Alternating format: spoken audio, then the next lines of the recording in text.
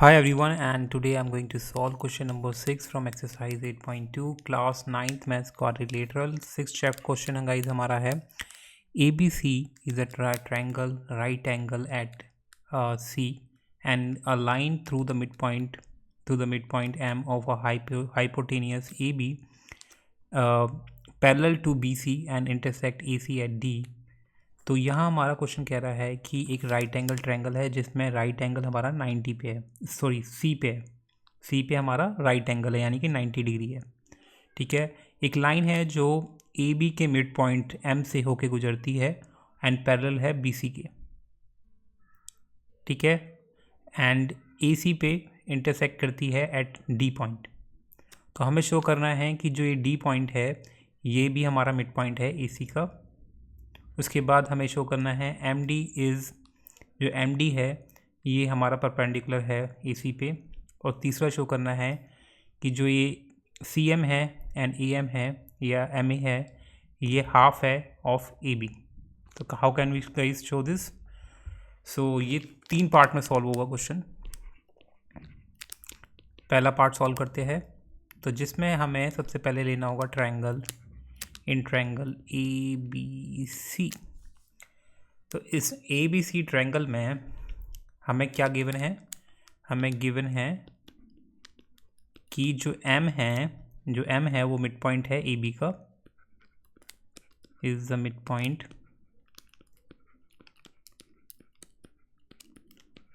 Of A B. ठीक है, ये गिवन है। एंड साथ में जो ये एम डी है ये पैरेलल है बी सी के, एंड जो एम डी है या डी एम है ये पैरेलल है हमारे बी सी की। ये क्वेश्चन में हमें गिवन है क्योंकि पैरेलल टू बी सी बोला है ना। सो अगर कोई लाइन है, ठीक है, जो ट्रायंगल की एक साइड के मिड पॉइंट से होकर गुजरती है एंड ट्रायंगल की दूसरी साइड के पैरेलल होती है तो तीसरी साइड को बाइसेक्ट करती है, ये है हमारी है मिड पॉइंट थ्योरम की कन्वर्स थ्योरम। तो ये converse of mid point theorem है। ये कौन सी थ्योरम है आपको दिखाता हूँ मैं। तो ये थ्योरम है हमारी 8.9 जो कहती है कि a line drawn through the mid point of one side of a triangle parallel to another side bisect third side. यानी कि अगर कोई लाइन ट्रायंगल की एक मिड पॉइंट से होकर गुजरती है एंड वो पैरेलल है ट्रायंगल की दूसरी साइड के, तीसरी साइड को वो बाइसेक्ट करेगी यानी कि मिड पॉइंट क्रिएट करेगी। तो इसके हिसाब से, इस थ्योरम के हिसाब से गाइज हम कह सकते हैं देयरफॉर अगर ये जो लाइन है मिड पॉइंट से कोई गुजर रही है, ठीक है, एम मिड पॉइंट से कोई गुजर रही है, बी सी के पैरेलल है, तो ये जो ए सी है इसको बाइसेक्ट करेगी यानी कि जो ये डी पॉइंट होगा ये मिड पॉइंट होगा ए सी का।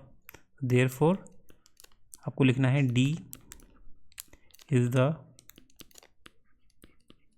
Mid point of A C. ठीक है, और आपको रीज़न देना है converse of mid point theorem. इस थ्योरम को हम कहते हैं converse of mid point theorem क्योंकि मिड पॉइंट थ्योरम से ही बनी हुई थ्योरम है। ठीक है, सो ये हो गया। तो फर्स्ट पार्ट हमारा हो गया सॉल्व। सेकंड हमारा आता है मिड पॉइंट थ्योरम, आपको पता होनी चाहिए, हमने पिछली वीडियोस में हमने पढ़ा हुआ है मिड पॉइंट थ्योरम के बारे में। सो अब आता है second part, M D is perpendicular to E C, हमें ये शो करना है। ठीक है, एम डी हमें परपेंडिकुलर शो करना है ई सी के। तो जैसे कि हमें पता है गाइज कि जो हमारी एम डी है वो पैरेलल है बी सी के, as M D is parallel to D C है। एंड साथ में ए सी जो है हमारी एक ट्रेवर्सल लाइन है for both of them. A C is a traversal line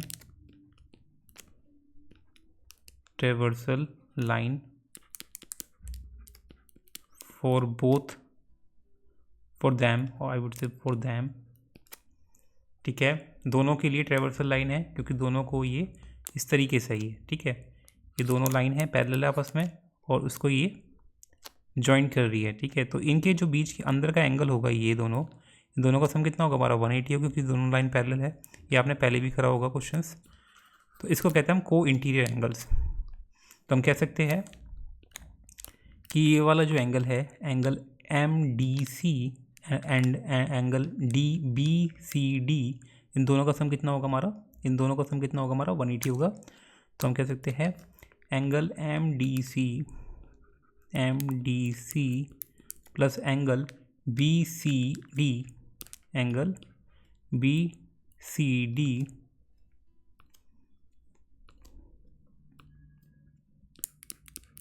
equal to 180 होगा। अब क्योंकि ये जो सी एंगल है हमारा 90 है, क्वेश्चन में पहले गिवन है कि क्योंकि राइट एंगल ट्रायंगल है और सी पे ही हमारा राइट एंगल था, तो हम कह सकते हैं MDC प्लस BCD हो गया हमारा 90, तो ये हो जाएगा हमारा 180। तो जो MDC एंगल है ये हो जाएगा हमारा 180 माइनस 90, तो कितना आ जाएगा हमारा 90। तो जैसे ही ये हमारा 90 प्रूफ होता है तो हम कह सकते हैं MD is perpendicular to AC। तो हम लिख सकते हैं देयरफॉर जो MD है इज़ परपेंडिकुलर टू AC। तीसरे पार्ट पे आ जाते हैं। तीसरे पार्ट में हमें शो करना है कि जो ये AM है एंड CM ये आपस में बराबर है, और साथ में ये भी शो करना है कि ये हाफ है ऑफ AB, यानी कि AB के आधे हैं दोनों। तो कैसे करेंगे, इसके लिए हमें क्या करना होगा गाइस, ये दोनों ट्रायंगल लेने होंगे। तो हम इसमें लेंगे दो ट्रायंगल AMD एंड CMD, ठीक है। तो इन लिखेंगे in triangle AMD and triangle CMD। दोनों ट्रायंगल को हमें कॉन्ग्रुएंट प्रूफ कराना होगा अगर हमें इन दोनों साइड को इक्वल दिखाना है। तो कैसे करेंगे, सबसे पहले हम देखेंगे इसमें तीन चीज़ देखेंगे जो बराबर है।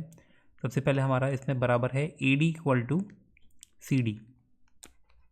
AD इक्वल टू CD होगा, क्यों, क्योंकि जो D है वो मिड पॉइंट है AC का, यानी कि CD और AD आपस में बराबर होंगे। ये हमने ऊपर प्रूफ किया है, ऊपर हमने प्रूफ किया था कि D is a mid point of AC, ठीक है, by converse of mid point theorem, ठीक है। तो यानी कि इसका रीज़न देंगे हम D is the mid point, यानी कि बीच का point, mid point of AC। यहाँ तक क्लियर। उसके बाद एंड दूसरी इसमें क्या बराबर है, इसमें ये वाला एंगल होगा इस एंगल के बराबर होगा, क्योंकि दोनों 90 है हमारे। तो हम बोल सकते हैं एंगल MDA और ADM MDA बराबर है एंगल MDC के। रीज़न देंगे ईच 90 डिग्री, ठीक है। और तीसरा हमारा इसमें क्या बराबर होगा, MD इक्वल टू MD, क्योंकि बहुत कॉमन है दोनों में। तो हम कह सकते हैं MD is equal to MD, दोनों ट्रायंगल में कॉमन है, ठीक है। ये हो गया। जैसे ही तीन चीज़ बराबर रहती है हम कह सकते हैं triangle AMD is congruent to triangle CMD। ये किससे होगा, साइड एंगल साइड से। तो हमें क्या शो करना है, AM इक्वल टू पहले CM शो करना है, क्योंकि आप देखेंगे तीसरे पार्ट में हमें क्या शो करना था, CM equal to MA show करना है, CM equal to MA show करना है। तो यानी कि तो हम कह सकते हैं कि जो ये MA है वो किसके बराबर हो जाएगा, CM के, किस रीज़न से, CPCT से।